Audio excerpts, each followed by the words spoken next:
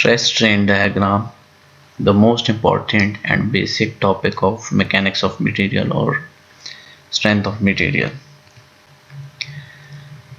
Stress strain diagram, how to construct or how to draw stress strain diagram. Stress strain diagram कैसे draw करेंगे या कैसे बनती है, तो आज हम वो पढ़ेंगे. Suppose that a metal specimen be placed in tension compression testing machine. सबसे पहले क्या है कि हमने metal specimen को या किसी भी metal को compression testing machine में रखना है. As the axial load is gradually increased in increments, the total elongation over the gauge length is measured at each increment of the load, and this is continued until failure of the specimen takes place.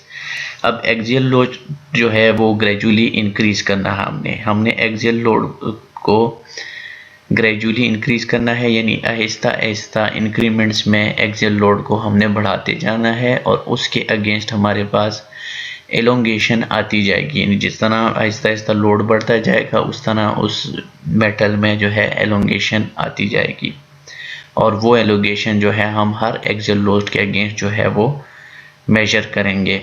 तब तक करेंगे ये process जब तक हमारे पास जो specimen है वो फेल ना हो जाए. Knowing the original cross-sectional area and length of specimen, the normal stress sigma and strain epsilon can be obtained.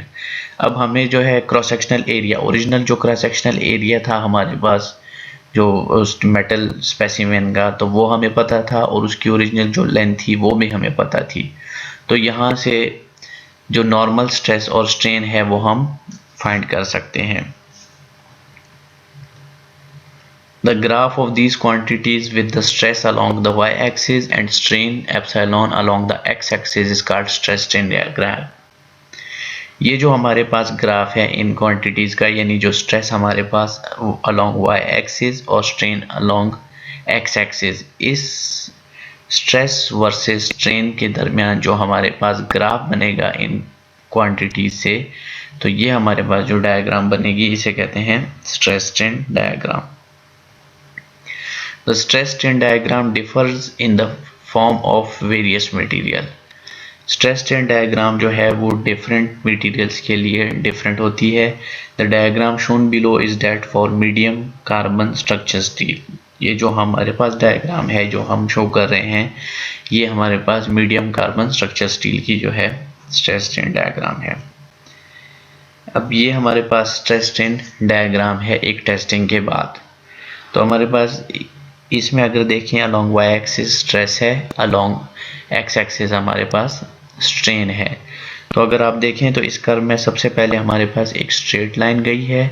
Straight line के बाद हमारे पास तीन क्रॉस हैं. पहला जो है वो हमारे पास प्रोपोर्शनल लिमिट, सेकंड हमारे पास इलास्टिक लिमिट, थर्ड हमारे पास यील्ड पॉइंट, और उसके बाद जो है इसमें आ जाती है अल्टीमेट स्ट्रेंथ और फिर रप्चर और एक्चुअल रप्चर स्ट्रेंथ. अब ये जो हमारे पास डिफरेंट लिमिट्स हैं या डिफरेंट स्ट्रेंथ हैं, तो ये क्या है इसको हमने फर्दर आगे डिस्कस किया है.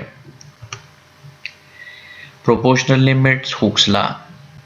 From the origin O to the point called proportional limit, the stress strain curve is a straight line. अगर हम देखें स्ट्रेस स्ट्रेन कर्व को तो हमारे पास ओरिजिन O से पॉइंट P तक जो है जो स्ट्रेट लाइन है ये हमारे पास क्या है, इसे कहते हैं proportional limit. This linear relation between elongation and the axial force causing was first noticed by Sir Robert Hooke in 1678 and is called Hooke's law.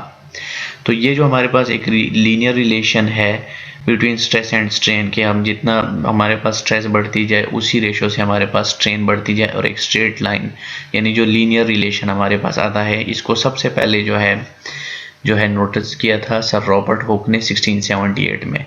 तो वो उन्हीं के नाम पे फिर इसका जो लॉ बना वो हुक्स लॉ बना, और उसकी जो हमारे पास स्टेटमेंट थी कि within the proportional limit stress is directly proportional to strain.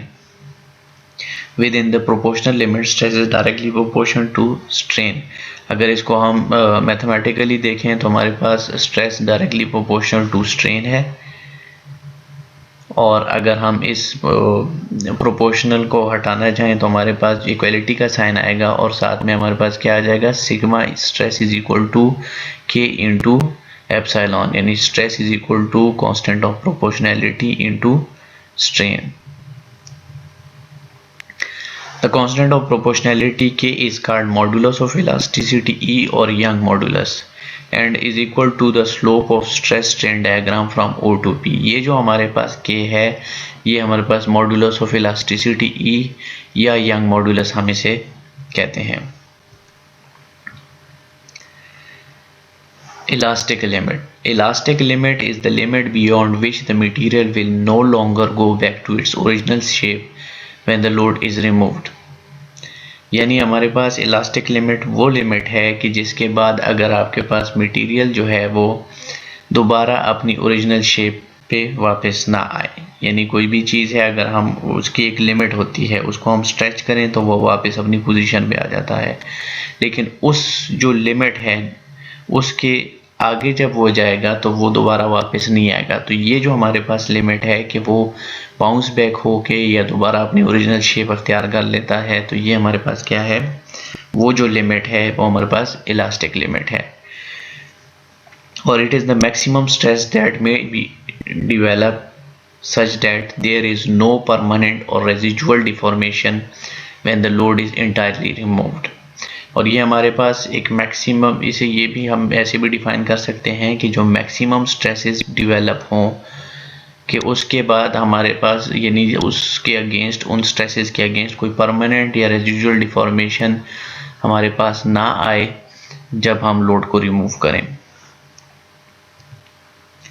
Elastic and plastic ranges. अगर हम ये हमारे जो स्ट्रेस स्ट्रेन डायग्राम है इसे देखें तो हमारे पास जो रीजन है फ्रॉम O टू P ये हमारे पास इलास्टिक रीजन है और फ्रॉम P टू R जो है ये हमारे पास प्लास्टिक रीजन है. यील्ड पॉइंट जो है वो हमारे पास, yield point is the point at which the material will have an appreciable elongation or yielding without any increase in load. Yield point हमारे पास क्या है कि मटेरियल जो भी हमारे पास है उसमें जो एलोंगेशन और यील्डिंग आ जाए जब इंक्रीज इन लोड हम ना भी करें, अगर लोड को इंक्रीज ना भी करें तब भी उसमें अप्रिशिएबल कोई एलोंगेशन या यील्डिंग आए, तो ये हमारे पास वो जो पॉइंट है वो यील्ड पॉइंट है. अल्टीमेट स्ट्रेंथ जो है वो the maximum ordinate in the stress strain diagram is the ultimate strength और टेंसाइल स्ट्रेंथ. तो ये जो हमारे पास स्ट्रेस स्ट्रेन कर्व बनी है तो इसमें जो हमारे पास सबसे मैक्सिमम ऑर्डिनेट होगा वो हमारे पास क्या है, अल्टीमेट स्ट्रेंथ है या टेंसाइल स्ट्रेंथ है. Rupture strength is the strength of material at rupture. This is also known as breaking strength. यानी जो हमारे पास ब्रेकिंग स्ट्रेंथ है, जिस पॉइंट पे हमारे पास मटेरियल ब्रेक हो जाए, वो जो हमारे पास स्ट्रेंथ है वो रप्चर या ब्रेकिंग स्ट्रेंथ है. Axial deformation in the linear portion of stress strain diagram, the stress is proportional to strain and is given by. stress जो है वो हमारे पास proportion डायरेक्टली प्रोपोर्शन है टू स्ट्रेन और हमें पता है कि sigma is equal to E into epsilon. Stress is equal to modulus of elasticity into strain. अब हमें पता है कि जो स्ट्रेस है वो P by A के इक्वल है, sigma is equal to P by A, और जो स्ट्रेन है एप्सिलॉन वो डेल्टा डिवाइडेड बाय लेंथ यानी change in length per unit length. तो अगर ये वैल्यूज़ हम अबव इक्वेशंस में पुट करें तो स्ट्रेस की जगह हमारे पास P by A आ जाएगा और E अपनी जगह पे आ जाएगा और एप्सिलॉन की जगह हमारे पास डेल्टा डिवाइडेड बाय लेंथ. तो इससे हम सॉल्व करेंगे, डेल्टा की वैल्यू निकालेंगे सॉल्विंग फॉर डेल्टा. तो हमारे पास जो ये डेल्टा है ये हमारे पास आ जाएगा PL ओवर AE, या जो है हम P by A जो है ये हमारे पास सिग्मा की इक्वल है, तो इसको हम क्या करेंगे कि sigma L divided by E भी लिख सकते हैं. To use this formula, the load must be axial, the bar must have a uniform cross-sectional area and the stress must not exceed the proportional limit. ये जो हमने formula derive किया है, ये फार्मूला अगर यूज़ करना है तो हमारे पास जो लोड है वो एक्सियल होना चाहिए, और जो मटेरियल ले रहे हैं वो यूनिफॉर्म क्रॉस सेक्शनल एरिया का होना चाहिए, और जो हमारे पास स्ट्रेस होगी वो प्रोपोर्शनल लिमिट से एक्सीड नहीं करनी चाहिए। Stiffness K. Stiffness is the ratio of steady force acting on elastic body to the resultant displacement. It has the unit of Newton per millimeter. अब stiffness हमारे पास क्या है? Stiffness हमारे पास फोर्स जो लोड लग रहा है और divided by the resultant displacement, force और डिस्प्लेसमेंट के रेशियो को जो है हम कहते हैं स्टिफनेस। किसी भी बॉडी पे फोर्स लग रही है, उस फोर्स के अगेंस्ट जो डिस्प्लेसमेंट आएगी, तो ये जो फोर्स और डिस्प्लेसमेंट का आपस में रेशियो है, this P divided by delta is equal to K. Thank you. फिर भी अगर आपका कोई क्वेश्चन है तो आप कमेंट में भी पूछ सकते हैं, और इसके अलावा भी अगर आपको किसी भी टॉपिक में कोई प्रॉब्लम है या कोई मसला है तो आप कमेंट में पूछ सकते हैं। इंशाल्लाह उसको आगे फर्दर डिस्कस करेंगे।